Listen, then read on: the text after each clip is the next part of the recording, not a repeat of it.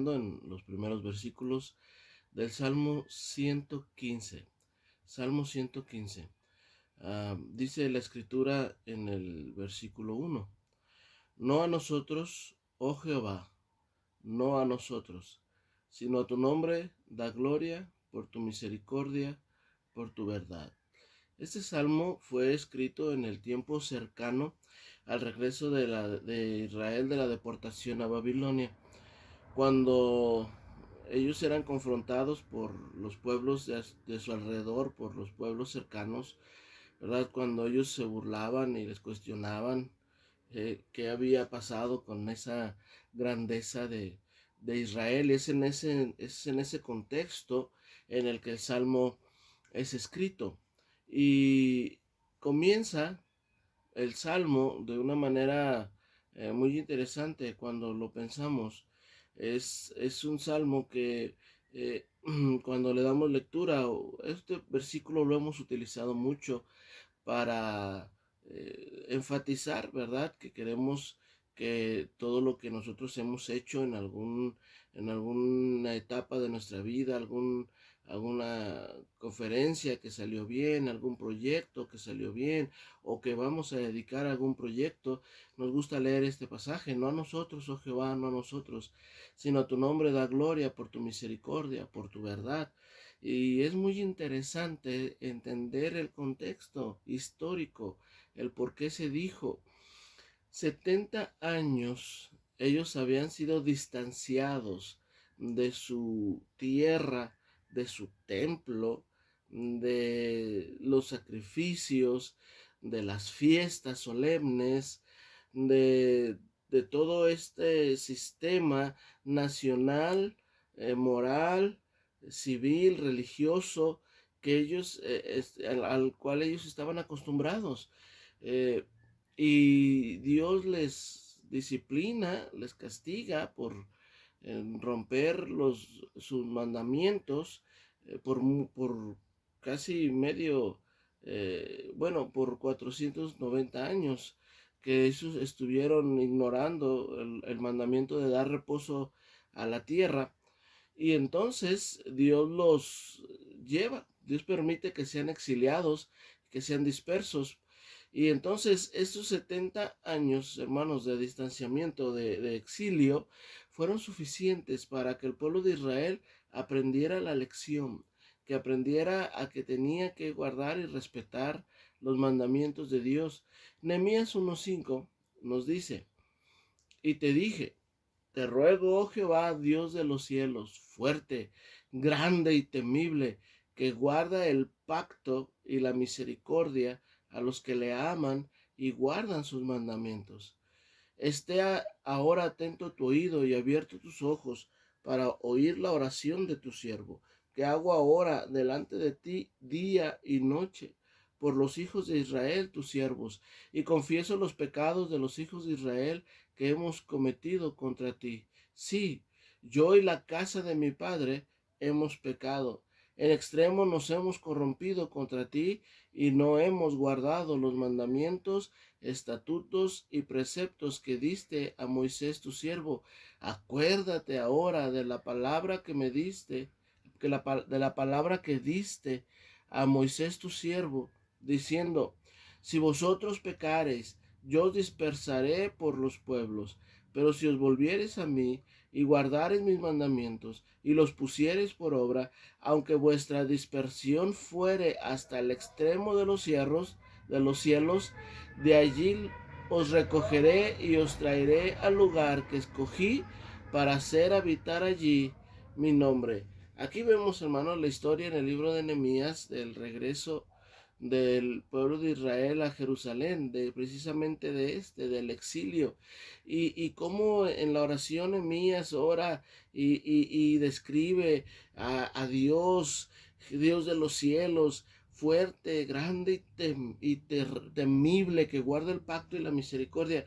Aquí, hermano, nos podemos dar cuenta de lo que es llegar al entendimiento de realmente quién es Dios en su poder y en su fuerza.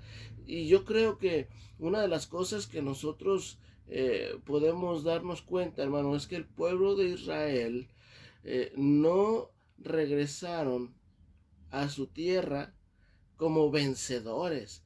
No eran aquellas salidas que hacía David, por ejemplo, que David tomaba el ejército y se iba y peleaba y luchaba contra sus enemigos, y cuando ellos regresaban había gran fiesta en el pueblo, y dice la escritura que las mujeres cantaban: Saúl mató a sus miles y David a sus 10,000, y había enorme fiesta porque ellos regresaban de una grande victoria. Este no era el caso. Aquí el pueblo de Israel, los que habían podido regresar, no estaban regresando como vencedores, estaban regresando como disciplinados.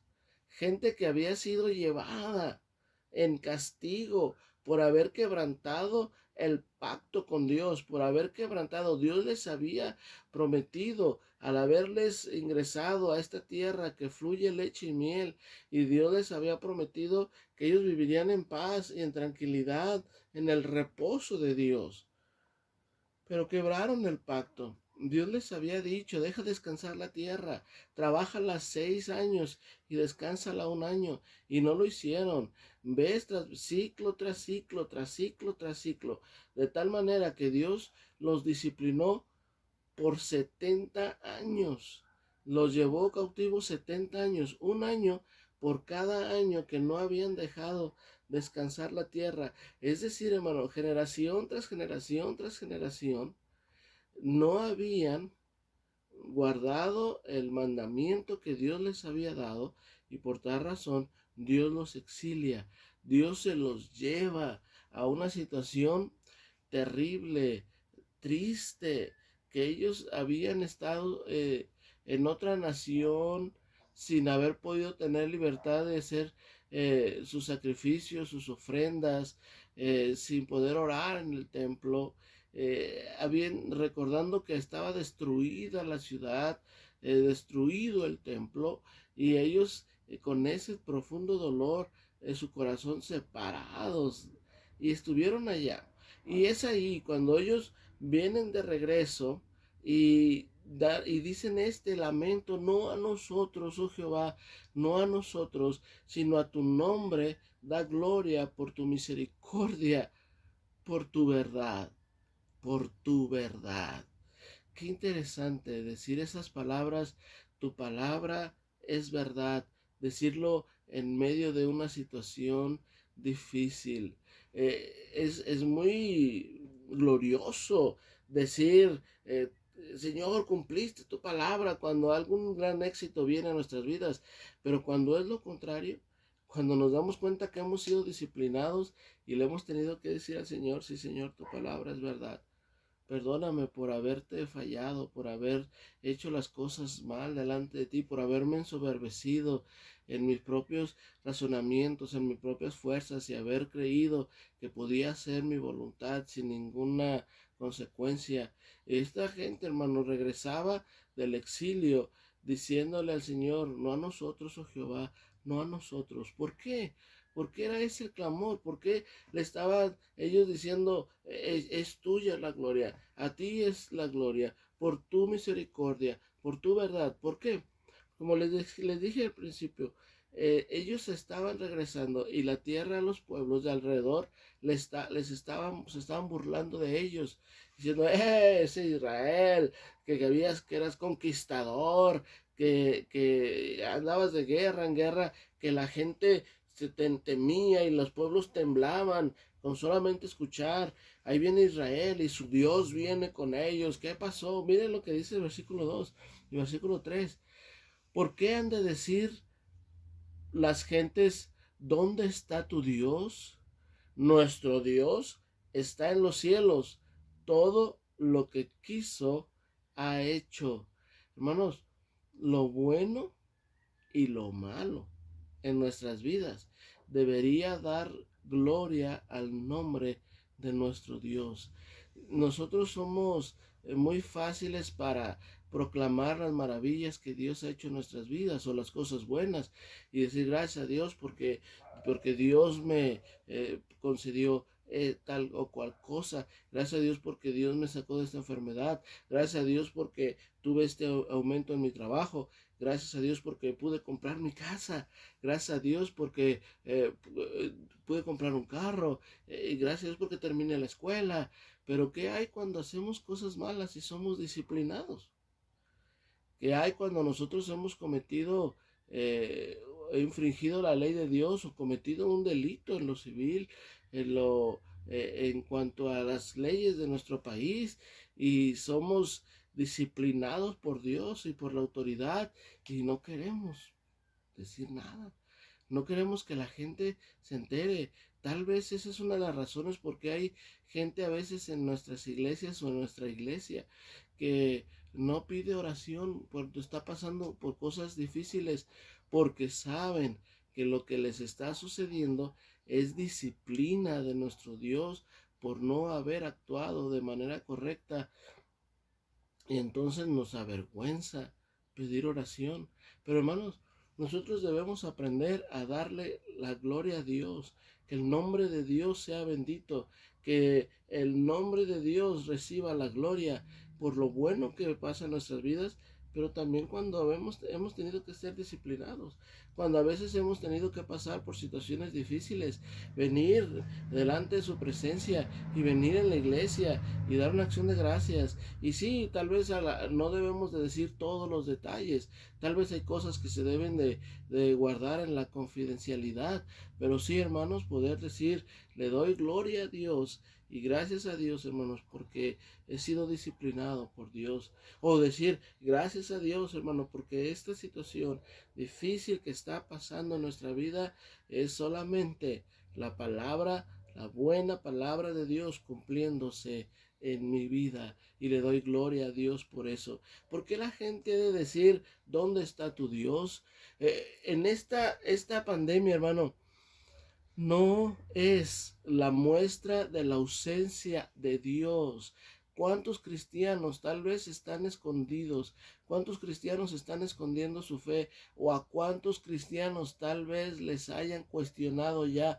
A ver, tú que tanto habías hablado de Dios y que a Dios no se le salen las cosas de control, ¿por qué esta pandemia? ¿Por qué tantos muertos? ¿Dónde está tu Dios? Hermano, la pandemia no es muestra de la ausencia de Dios, es prueba de que el ser humano, el hombre, está lejos y alejándose cada día más de Dios. Eso es.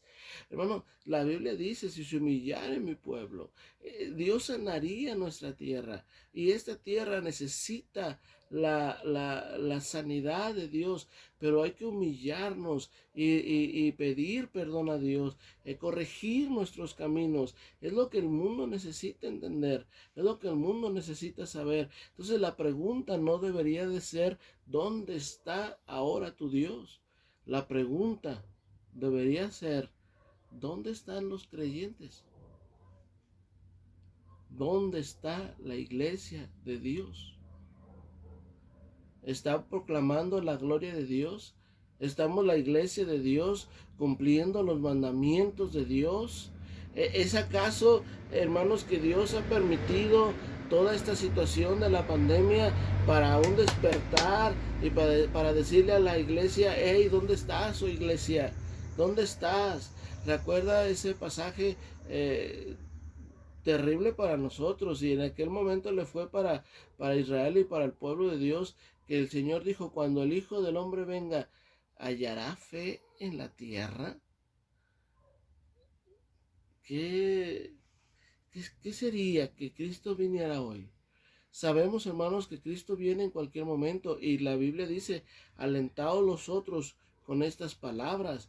La venida de Cristo debe de ser para el cristiano una buena noticia, un aliciente. Es decir, oh, que Cristo viniera hoy, pero no por querer huir de una pandemia, no por querer huir de una situación adversa, sino porque estemos tan cercanos a Dios y teniendo una relación tan personal con Dios que pudiéramos decir, Señor, ya queremos estar allá, gozamos tanto de tu presencia aquí y te conocemos tanto y gozamos tanto de esa relación espiritual contigo que ya quisiéramos verte cara a cara, ya quisiéramos verte, ya quisiéramos estar allá. Pero ¿hallará fe en la tierra? ¿Qué sería del cristianismo si Cristo viniera hoy? ¿Lo recibiríamos contentos sabiendo, estando ciertos y seguros que estamos cumpliendo con nuestro trabajo, que estamos haciendo todo lo correcto y decirle, Señor, ¿estamos listos? O quisiéramos decirle, Señor, ya veo porque ya no aguantamos. ¿Dónde está tu Dios? ¿Dónde está su Dios, hermano? ¿Está recibiendo la gloria y la honra por lo que está sucediendo con su vida? ¿Está recibiendo la honra y la gloria por lo que está sucediendo con mi vida? Este pueblo, el pueblo de Israel, el conquistador, el que la gente escuchaba su nombre y temblaba, estaba regresando con la cabeza agachada, recibiendo las burlas de los pueblos alrededor, diciéndole, tu Dios, ¿dónde está? Te abandonó, el conquistador fue conquistado. Usted sabe cómo es la gente, hermano. Y ellos tenían que venir y decirle al Señor, no a nosotros, Señor, no a nosotros, sino a tu nombre da gloria por tu misericordia, por tu verdad. Avergonzados estaban diciendo, no a nosotros, no a nosotros da gloria, porque la gente les estaba burlando de ellos. Y hermano, qué difícil es eso.